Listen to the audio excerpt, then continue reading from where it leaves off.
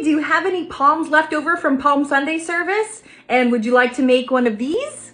I'm gonna show you how. They are also great to use as bookmarks, as you can see. So you wanna start off with about, maybe a third to a fourth of the way up on the thick side and bend it down. So just bend it completely over so it's straight across the top.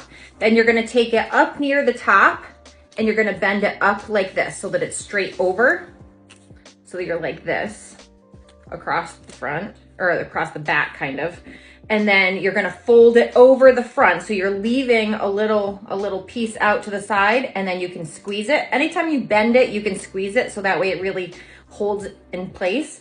And then you're gonna come back the other way. This one has a little bit of a rip in it, but that's okay, makes it unique. So we're gonna go like that so that it looks just like a cross.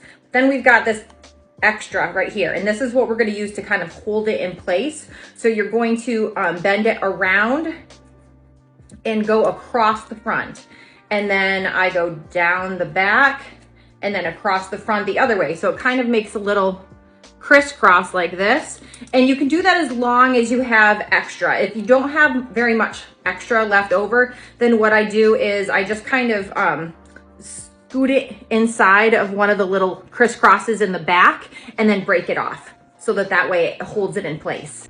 Can I show you how I'm doing that? I take this leftover piece and I scoot it in behind that one and pull it through and then squeeze it. And then you'll see it kind of holds it in place. And then see how this is kind of like leftover? You can just break that off. I always just use my fingernails, but you could also use scissors if you want.